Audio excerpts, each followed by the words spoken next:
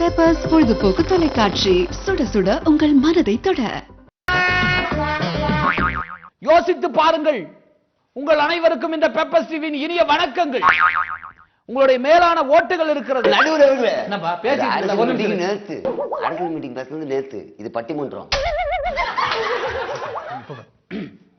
அன்பிற்கும் பண்பிற்கும் உரிய நம்மளுடைய பெப்பர்ஸ் டிவியின் டகுல்.com தானப்பா. ஓகே, பெப்பர்ஸ் டிவியின் டகுல்.com நிகழ்ச்சியின் மூலமாக உங்களை அனைவரும் சந்திப்பில் மிகுந்த மகிழ்ச்சி. இந்த டகுல்.com நிகழ்ச்சியை பொறுத்த வரைக்கும் பாத்தீங்கன்னா நிறைய சிரிக்க வைக்கிறோம், உங்களை அதே சமயத்தில் சிந்திக்க வைக்கிறோம். ஏன்டா சிரிச்சோம்னு நினைக்கிறதுக்கா? அதுக்கு இல்ல, காமெடி ப்ரோகிராம் பார்த்து சிரிக்கிறீங்க, பிளஸ் நல்ல பல விஷயங்களை தந்துகிட்டு. அருமை நடுவர். இப்ப பட்டிமன்றத்து மூலமா என்ன தர முடியும்? அவங்களுக்கு யூஸ் பண்ற வார்த்தையே அதே போல வாழ்க்கைக்கு தேவையானதை கொடுக்கணும். அந்த வகையில மனுஷன் பாத்துக்க, எப்ப பார்த்தாலும் எதுக்கு எடுத்தாலும் கஷ்டப்படுறாயா? நீ கஷ்டப்பட்ட, சட்டை சின்னதா வாங்கிட்டான்னு கஷ்டப்படுறான். இவன் கஷ்டப்படுறான், சாப்பாடு வேகலன்னு கஷ்டப்படுறான். இவங்க கஷ்டப்படுறாங்க, வீட்டுக்கார் திட்டுறான்னு கஷ்டப்படுறாங்க. இவருக்கு ஃபிகரே அமையலன்னு கஷ்டப்படுறாங்க.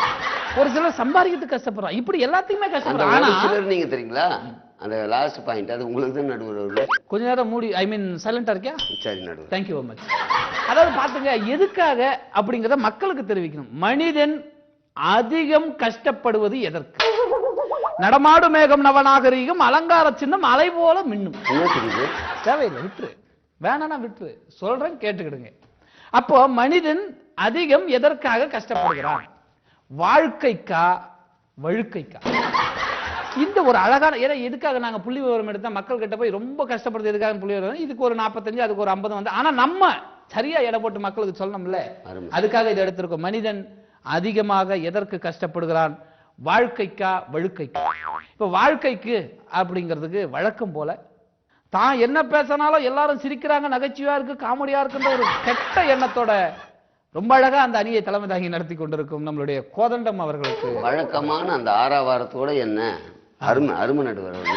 ரொம்ப அழகா பேசுவாரு, பாடுவாரு, கவிதை சொல்லுவாரு, கண்டதையும் பேசுவாரு.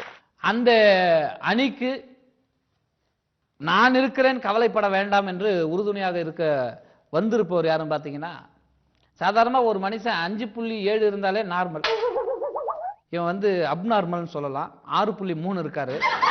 இவர் வந்து எல்லாரையும் சந்தோஷப்படுத்துவாரு அப்படின்னு சொல்லுவாரு, மிமிக்ரி பண்ணுவாரு, நடிப்பாரு. நிறைய பார்த்திருப்பீங்க நீங்க. நம்மளுடைய சஞ்சய் அவர்கள் உட்கார்ந்துருக்காரு. யோ, மனுஷன் கஷ்டப்படுறது வாழ்க்கைக்கு இல்லையா? என்ன திட்டுற மாதிரி இல்ல, வழுக்கைக்கு அப்படிங்கிறதுக்கு அந்த அணிய தலைமை தாங்க உட்கார்ந்து இருக்காரு நம்மளுடைய ஆனந்த் அவர்கள். 2 புருவமும் ஒன்னா சேர்ந்த மாதிரி இருக்கும் அவருக்கு. பட் அதுக்கு உண்டான பருவமே இல்லைன்னு தான் சொல்லணும். அவர் இங்க பிறக்க வேண்டிய ஆளே இல்லை, சைனாவில பிறக்க வேண்டிய ஆள். அவங்க அங்கதான் புருவம் அப்படி இருக்கும். நான் தான் கண்டுபிடிச்சு சொன்ன மாதிரி. அப்படியா? அந்த அணியை தலைமை தாங்க ஆனந்த் அவர்கள். அந்த ஆனந்திற்கு உறுதுணையாக வந்திருப்பவர் பாத்தீங்கன்னா, கம்முன்னு உட்கார்ந்தாலும் கும்முன்னு இருக்கிற ஒரு அம்மணி. அவங்க பேர் வந்து மித்ரா. இவங்க வந்து நாதஸ்வரம் சீரியல்ல நடிச்சிருக்காங்க, நிறைய படங்களை நடிச்சிருக்காங்க. இப்ப இருக்கு ஆனா இல்ல அப்படிங்கிற ஒரு படத்தில் நடிச்சிருக்காங்க, கூட சேர்ந்து இயக்கியிருக்காங்க. ரொம்ப நேரம் நான் பேச விரும்பலப்பா நீ.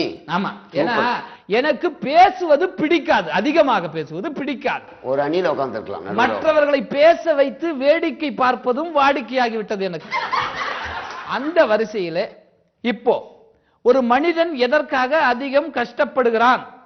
வாழ்க்கைக்குத்தான் என்று அந்த அணியை தலைமை தாங்கி, உன்னதான் போ பேசிக்கிட்டே இருக்கும் எம்முந்தியா பாக்குற, அவர் தான் வாழ்க்கைக்கு தேவை. அது என்னையா கஷ்டப்படுவது மனிதன் அதிகம் வாழ்க்கைக்கு தான் என்ன சொல்ல வர்றாரு.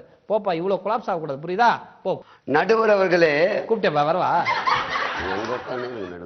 சரி சரி, பேசுறேன் கேளுங்க. கேக்குறதானப்பா வந்து பேசு. யானைக்கு தேவை தும்பிக்கை, மனிதனுக்கு தேவை நம்பிக்கை. இதுதான் வாழ்க்கை. இடிக்க தேவை உலக்கை. அதுக்கப்புறம் ஏதாவது சொல்லுங்க. போடுறா சக்க போடுறா சக்க.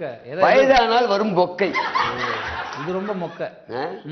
அருமையான இந்த ஒரு விஷயத்துக்கு ஆராய்ச்சி பண்ணி சொல்லியிருக்கீங்க. முதல்ல வந்து எப்பவுமே நம்ம தமிழ் கலாச்சார பாரம்பரியப்படி ஒரு விஷயத்தை பதிவு பண்ணணும்.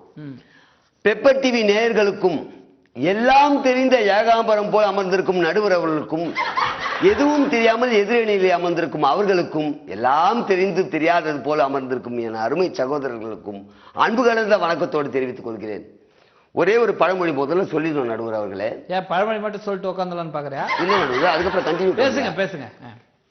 எதை கட்டி மலை வலிக்க சொன்னாங்க நடுவர் அவர்களே? சொல்லுங்க, என் வாயால சொல்ல முடியாது. கயிறா? கயிறான்னு அது கொஞ்சம் மாத்தி தலைமுடி நடுவர். ஆமாமா, இதான் தலைமுடியை கட்டி மலைய வலி. ஆமா, வந்தா மலை, ஆமா, போனா தலைமுடின்னா. Very good. அப்படியே சொன்னாங்க. எப்ப அப்படியா? வேற மாதிரி இல்ல இருக்கும். சரி பரவாயில்ல விடு, உன்னோட இஷ்டத்துக்கு மாத்திக்கிட்டேன். இதுதான் உண்மை நடுவர் அவர்களே. அப்ப என்ன அர்த்தம்? இது போனா போகுது, அது தேவையே கிடையாது, அது இருந்து ஒன்றும் புண்ணியம் இல்லை அப்படின்றதுக்காக யூஸ் பண்ணக்கூடிய பொருள் தான் அது. அந்த ஒரு உண்மையான விஷயம். இன்னொரு விஷயம், தமிழ் பாடல்கள் எப்பயுமே நம்மளுக்கு வந்து பல விளக்கங்கள் கொடுக்கும் நடுவர்களே. எப்பயுமே சொல்லுவாங்க தமிழ் வந்து திருக்குறள் எந்த அளவுக்கு இம்பார்ட்டன்ட் தராங்களோ அதே மாதிரி சினிமா பாட்டு எடுத்துங்க, ஒவ்வொரு பாட்டு அருமையா இருக்கும். அதுல ஒரு பாட்டு பாடியிருக்காங்க, நல்லா கேட்டுங்க. பொன்மகள் வந்தால் பொருள் கோடி தந்தால் பூமேடை வாசல் பொங்கும் தேனாக அப்படின்றான். பொன்மகள் வந்தால் பொருள் கோடி தந்தால். அதை கொஞ்சம் மாத்தி டியூன் போடுங்க நடுவர்களே. பொன்மகள் வந்தால் பொருள் கோடி தந்தால் இப்படி மாத்தி போடுவா. இந்த லேட்டஸ்டா இப்படிதான் சாவடிக்கிறாங்க பாட்டு. அப்படி இல்லை, நம்ம பட்டிமன்றத்துக்கு ஏத்த மாதிரி. ஓஹோ. பொன்மகள் வந்தால் தலைமுடி தந்தால். ஓஹோ, சந்தோஷப்பட முடியுமா? எப்படிங்க இது போய் தலைமுடி அவங்க எப்படி நமக்கு தருவாங்க? கோடி ரூபாய் குத்தா சந்தோஷப்படலாம், தலைமுடி குத்தா சந்தோஷப்பட முடியுமா? எப்படியா? தேவையில்லாத ஒரு விஷயம் நடுவாங்க. அதே மாதிரி வழுக்கு விழுந்தவரை வாழ வைக்கும் நிதினு ஒரு சீட்டத்துக்கு போய் கேட்கலாம், ஒரு நிதி திரட்ட முடியும். வழுக்க வந்ததுக்காக நிதி திரட்ட முடியும்? சொட்டை ஆகி போச்சு, கொஞ்சம் பைசா கொடுங்க கேட்டா கேவலம் மட்டும் இல்லை நடுவு. 200 ரூபாய் குத்தா விக்கு, 50 ரூபா குத்தா கேப்பு, மூடிட்டு போயினே இருக்கு. அது ரெண்டுத்தையும் மூடிட்டு போயிட்டே இருக்கலாம் வேண்டியதுதான். விக்கு போடலாம் இல்ல தொப்பி போடலாம். ஆனா வாழ்க்கையில விழுந்துட்டா எந்திரிக்கிறது ரொம்ப ரொம்ப ரொம்ப கஷ்டம் நடுவர்களே. இன்னொரு விஷயம், வழுக்க விழுந்தா லாபம் இருக்கா தெரியுமா நடுவர்களே? அவங்களுக்கு தெரியாதுன்னு நினைக்கிறேன். வழுக்க விழுந்தா லாபம் இருக்கு. வழுக்க விழுந்தா என்னையா லாபம்? என்ன லாபம்? என்ன லாபம்? ஒண்ணு, ஷாம்பு யூஸ் பண்ண தேவையில்ல. 2, தேங்காய் எண்ணெய் யூஸ் பண்ண தேவையில்ல. இது ரெண்டுமே லாபம் தானே? ஓ, என்னதான் லாபமா? இல்ல சொல்லுங்க நடுவர், இதெல்லாம் வாழ்க்கை போயிடுமா? போகுது, பெரிய விஷயமே இல்ல நடுவர்களே. அது போனாலும் ஒண்ணும் ஆகும். அது வாழ்க்கை போனா போறது பிரச்சனை இல்ல, கஷ்டப்படுறானே வாழ்க்கை. வழுக்க விழுந்தும் கஷ்டப்பட சொல்றாங்கப்பா இவங்க. அவங்க சொல்லுங்க, இது போனா கூட போயும் போகுது. ஆனா எனக்கு பணம் வேணும், வாழ்க்கை வேணும், பொண்டாட்டி வேணும், குழந்தை வேணும், குட்டி வேணும், அதுக்காக தான் கஷ்டப்பட்டு இருக்கான். அதுக்கு தான் கஷ்டப்படுறாங்க. இது போனாலும் மற்றதுக்கெல்லாம் கஷ்டப்படுறாங்கல்ல, அதனால கஷ்டம் அதுக்கு தான் அதிகமா இருக்கு. இன்னும் ஒரே ஒரு விஷயம் நடுவர்களே, எங்கேயோ விட்டேன், அது எந்த இடத்துல எழுதி வச்சேன்னு தெரியல. உங்ககிட்ட பேசினா இங்க மிஸ் பண்ணிட்டேன். அதான் ஸ்கூல்ல படிக்கும் போதே இந்த பிட் எழுதிட்டு போவேன், அங்கேயே எழுதாம ஃபெயில் ஆனவன் தான் நீ 10வது. நடுவில் ஞாபகம் வச்சு கம்முனு நடுவர்களே. அதை சொல்றான் என்னன்னா, ஒருத்தன் வாழ்க்கை வெறுத்து போச்சுன்னுவான். சரி, வழுக்கு வெறுத்து போச்சுன்னுவானா? சொல்ல மாட்டான். சொல்லுவானா சொல்ல மாட்டானா? அதை சொல்ல மாட்டான்னு சொல்லிட்டு 2 தடவை கேட்டு தெரிஞ்சுக்கிறேன். அப்புறம் நீ அந்த பக்கம் கூட பேசுவீங்களே, எப்பயுமே ஒரு பக்கமே நீங்க பேசுறது இல்ல. இன்னும் ஒரு முக்கியமான விஷயம் நடுவர்களே, சொல்லுப்பா. யாகவராயினும் நாகாக்கா சோக்கப்பா சொல் விழுங்கப்பா அப்படின்னு ஏன் சொன்னாங்க தெரியல. அவன் ஏன் சொன்னான்னு தெரியல, நீ ஏன் சொன்ன? மரியாதை சொல்லாத. சொன்னது திருவள்ளுவர் இல்ல, திருவள்ளுவர் இப்படி சொல்ல, அது வேற மாதிரி சொன்னார். நீ தப்பு தப்பா சொல்லிருக்க. நீ சொல்லு, தெளிவா சொல்லுங்க. அடப்பாவிலா, நான் தமிழை நன்றாக கரைத்து படித்தவன், தவறாக யார் சொன்னாலும் எனக்கு கோபம் வரும். நீ மேல சொல்லுப்பா. இன்னொரு விஷயம் நடுவர்களே, இதெல்லாம் விட்டுருங்க. நம்ம இந்தியா லெவல்ல நீங்க பாத்துட்டு இருக்கீங்க, இதை விட்டுருங்க நடுவர்களே. இதை தாண்டி கடல் தாண்டி எல்லை தாண்டி அயல்நாட்டு பக்கம் போய் பாருங்க. பல உலக அளவிலே நான் இந்த பட்டிமன்றங்களை நடத்திருக்கிறேன், பல உலகத்தை பார்த்திருக்கிறேன். அதுதான் நடுவர்களே. போர்ச்சுகீசியத்திலே ஒரு பழமொழி நடுவர்களை இப்ப சொல்றேன் கேட்டுக்குங்க.